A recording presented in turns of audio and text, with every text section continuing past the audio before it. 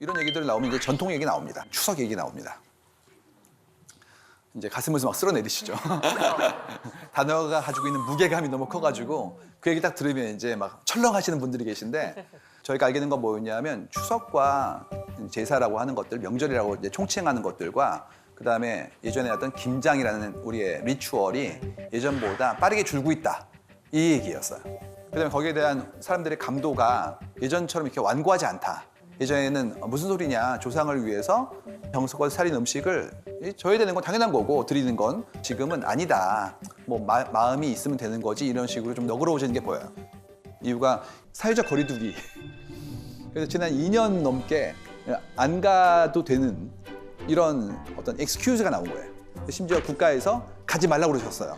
그래가지고 이 대안들이 나온 게 차에서 이렇게 오랜 시간 보내는 거는 스트레스가 있었죠. 집콕으로 이제 대행하고 그다음에 돈 봉투는 너무 쉬운 게 메신저로 보내면 됩니다. 맞아. 그다음에 추석 음식 엄청 많았잖아요. 뭐 음식 처리도 문제였고 허리 아프고 쌓여진 뭐 설거지도 더불어 나온 거였는데 이제는 그렇지 않고 집밥으로 해서 명절에 분위기를 낼 수 있는 간단한 요리들을 뭐 HMR이나 이렇게 만드는 것들을 보여주고 간소화된 거예요. 근데 그렇다고 해서 우리가 추석과 설이라는 명절에 대한 생각이 없어지지 않느냐? 그렇지 않고 다른 형식으로 개성하는 것들도 표현해주고 있다는 얘기입니다. 그리고 보면 드는 생각은 뭐였냐면 그렇게까지 해야 됐었을까 지금까지? 이런 얘기 나오죠. 이제는 합리적으로 재정의해보자. 화목에 대한 부분이에요.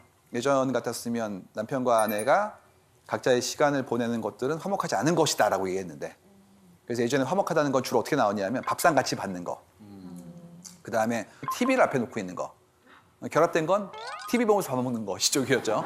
그래서 일단 그 집의 가장 중요한 중심부에 TV가 있고 그 앞에 상 차려놓고 뭘 먹으면서 같이 보는 거 이 정도로 나와 있었는데 이게 굉장히 큰 게요. 화목함이란 어떤 것인가에 대한 부분들에 우리가 가지고 있는 예전의 기억들이 있거든요. 드라마에서 재현되기도 해요. 그런 장면이. 예를 들어서 응답하라 시리즈 같은 거 보시면 식구들뿐만 아니라 심지어 옆집 친구도 와서 TV를 같이 보고 있죠. 그렇지. 맞아. 이렇게 막 응원하고 그때의 어떤 열정이나 공감에 대한 것들이 엄청나게 아름다운 옛날 추억으로 인식되잖아요. 근데 지금 그거 불가능하거든요. 네. 그렇게 보지도 않고요. 이유가 지금 뭐 넷플릭스부터 OTT 같은 경우에 개인별로 프로파일 있잖아요. 그러니까 지금 내가 보는 것들이 나의 취향이 더 세분화되고 있어가지고 몇만 개 이상으로 분류가 돼요. 그러니까 함께 보는 일은 마땅치 않단 말이죠. 맞아. 그래서 어떻게 되냐 하면 함께 있지만 보는 건 다 따로 보는 거. 그래서 셀폰 보고 패드 보고 있으면서 함께 있는 거. 그러니까 온도는 느끼고 있지만 나의 관심사는 각자로 가는 거. 이런 식으로 이제 움직이는 게 보여요. 그래서 이런 걸 보고 있으면 우리가 알고 있는 삶의 어떤 중요한 방식 자체가 변하는 게 보여지는데 이거는 기호에 대한 부분이고 이 의무는 어떻게 할 것인가에 대한 게 그다음에 이제 이슈로 올라옵니다. 분업 이슈예요. 예를 들어서 예전에 한국 드라마의 전형이 뭐였냐 하면 그 어머니가 밥상을 들고 들어오시는 거. 다 차리시고. 그렇지. 맞지. 진짜 옛날 얘기입니다. 지금 그렇지가 않고 전부 다 각자 준비하는 거죠. 함께 준비하는 걸 바뀌고 있단 말이에요. 근데 이게 모든 사회에 동시에 오는 게 아니잖아요. 그러다 보니까 여기에 따르는 여러 가지의 불일치가 관찰이 됐었어요. 언제였냐면 코로나 초창기에 2020년도였습니다. 갑자기 3월 달부터 저희 데이터에 파김치가 올라가기 시작했어요. 파김치.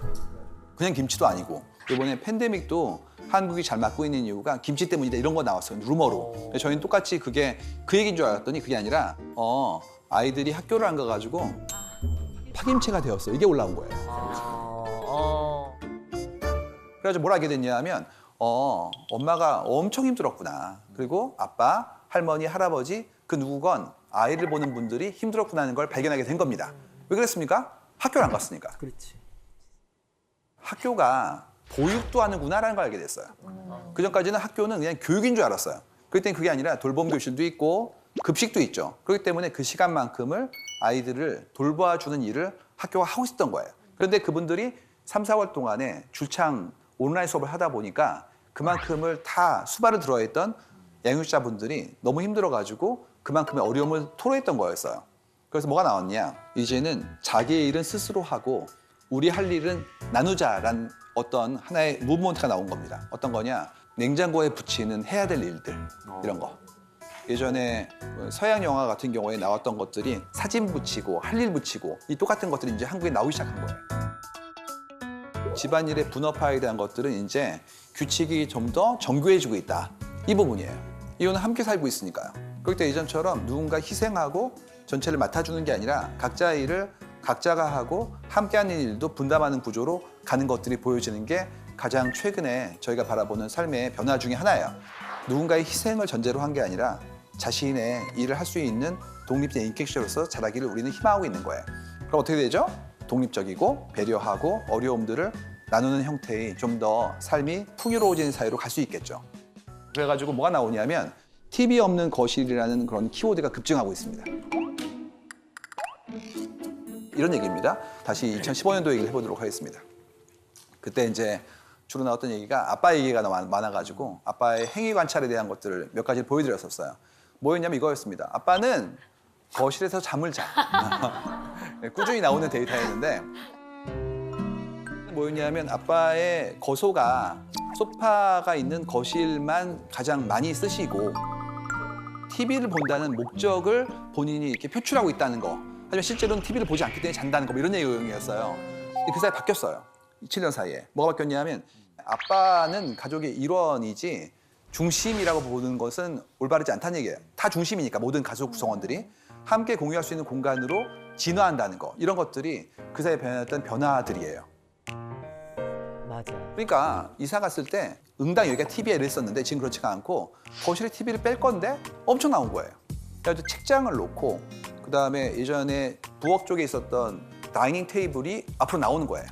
소파는 간이로 바꾸고 그다음에 주로 다이닝 테이블에서 공부를 하거나 책을 보거나 이런 것들이 이제 엄청 올라온 거예요. 그래가지고 그 사이에 바뀐 건 뭐였냐면 우리가 예전처럼 TV 중심 문화가 아니게 된 거, TV의 역할이 예전 같지 않고 오히려 함께 있는 부분들에 대한 공간을 도모하는 형태대로 삶이 바뀌는구나라는 것들이 이야기된 거죠. 저희 집 거실도 TV가 없어요. 그래서 TV는 안방에 조그만 거 하나가 있는데 아이들이 거실 중심으로 다 모이기 시작한 그 원인이 제가 잔소리를 안 하기 시작했어요. 그냥 가만히 부모가 있어야 아이들은 거실로 모이더라고요. 그래서 뭐 막내 아들은 그냥 닌텐도 가져와서 누워서 소파에서 닌텐도 하고 있고 큰애는 노트북으로 웹툰 보고 있고 이 모든 기계를 가지고 그냥 거실에서 다 모여서 할 때 엄마가 거기서 그만 좀 해 이 얘기를 안 했더니 그냥 아이들이 너무 편안하게 놀고 또 이제 공부를 해야 될 땐 각자 방으로 흩어지길래 아 이거는 내가 참아야겠구나. 그래서 지금은 조금 평화로운 분위기? 그래서 아빠가 이제 소파에 이렇게 나오면 아이들이 슬금슬금 들어가기는 하는데 그래도 많이 변화된 집의 모습이 저희 아까 그 TV가 없는 거실 그 모습이에요. 현명하시네요. 그리고 네. 관찰하신 거예요. 내가 어떤 행동했을 때 그가 반응하는지에 대한 부분들을 살이 있게 보신 겁니다. 근데 아빠가 들어오면 흩어진다 이 얘기는 너무 오래된 얘기라 가지고 너무 슬프죠. 네. 그러니까 아빠도 똑같이 말씀하신 내용을 설명해 주셔가지고 독려해 주시기를 예, 그게 되게 중요하죠. 그래, 잘해드려. 잘해볼게요. 네. 근데 흥미로운 거는 다시 최근에 또 TV가 들어오기 시작한 거예요. 없어졌던 TV가 또 들어온다. 이제 이걸 본 거였습니다. 뭐였냐면 이거였는데요. TV가 움직이는 거예요. 맞아, 저거. 이동용. 그래서 저희가 처음 봤던 거 뭐였냐면 장식용 TV인데 프레임이 좀 두꺼운 게 있었어요. 클래식해 보이는 거. 재밌는 게 모서리에 나온 거예요. 거실에. 그리고 이 TV는 움직일 수가 있어요. 그러다 보니까 적절한 곳에 놓고 그다음에 때에 따라서는 장식품처럼 보기도 하고 컨텐츠를 보는 것도 TV를 보는 게 아니라 아이가 학습할 때 교보제로 쓰기도 하고 이런 식으로 중심 자체가 컨텐츠로 바뀌고 더 이상 거실의 중앙이 TV가 아닌 것으로 움직이는 게 보였고요.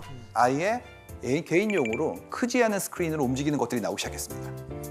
그 사이에 TV도 엄청 바뀐 거예요. 그럼 이제 오늘 같은 경우에도 우리가 이렇게 TV 컨텐츠를 만들고 있잖아요. 근데 재밌게도 줌으로 만나기도 하고 흥미롭게도 유튜브로 좀 쏘기도 하고요. 나중에 나온 결과가 TV로 방영이 되겠지만 그중에서 TV 기계로 보는 분이 얼마나 될 것 같냐. 알 수 없습니다. 심지어 어떤 분들은 짤로 보시죠.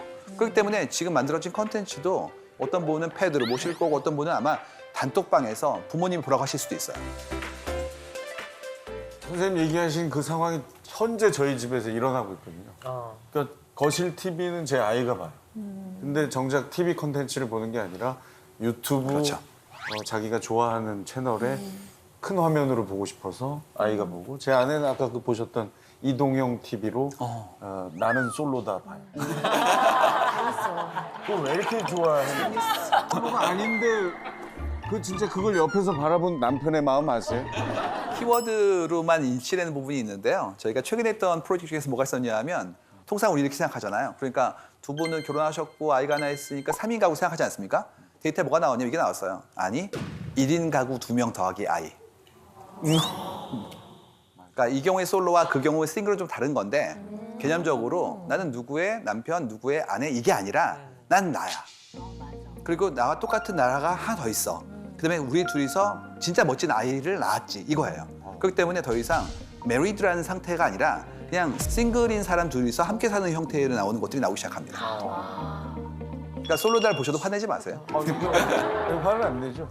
저도 살짝 봤는데 재밌긴 하더라고요. 물론 그 솔로와 이 싱글은 좀 다르지만 그렇습니다. 그래서 이런 부분들을 보고 있으면 아 진짜 빨리 바뀌는구나. 계속 말씀드리는 거예요. 바뀐다. 근데 그거를 난 잘 모른다는 거예요. 난 잘 몰라요. 매일매일 적응하기 때문에 잘 몰라요. 그렇기 때문에 일단 내 입에서 요즘 애들이 말이야 그러면 큰일 나는 거예요. 그게 무슨 얘기냐면 내가 요즘 사람이 아니란 증거예요. 그걸 자백하고 있는 겁니다. 그렇기 때문에 다채로운 분들을 만나서 오늘 좋아요. 젊은 분들도 연배가 있으신 분들 함께 모이셨잖아요. 이러면 이제 생각을 교류해 내가면서 아 내가 어떤 건 빠르구나. 어떤 건 완고하구나라는 부분들을 이제 확인해 볼 수 있고 데이터를 통해서라면 좀 더 객관적으로 바라볼 수 있기 때문에 내 삶의 변화에 대한 것들을 충분히 인식하고 실행할 수 있다 이런 얘기들입니다.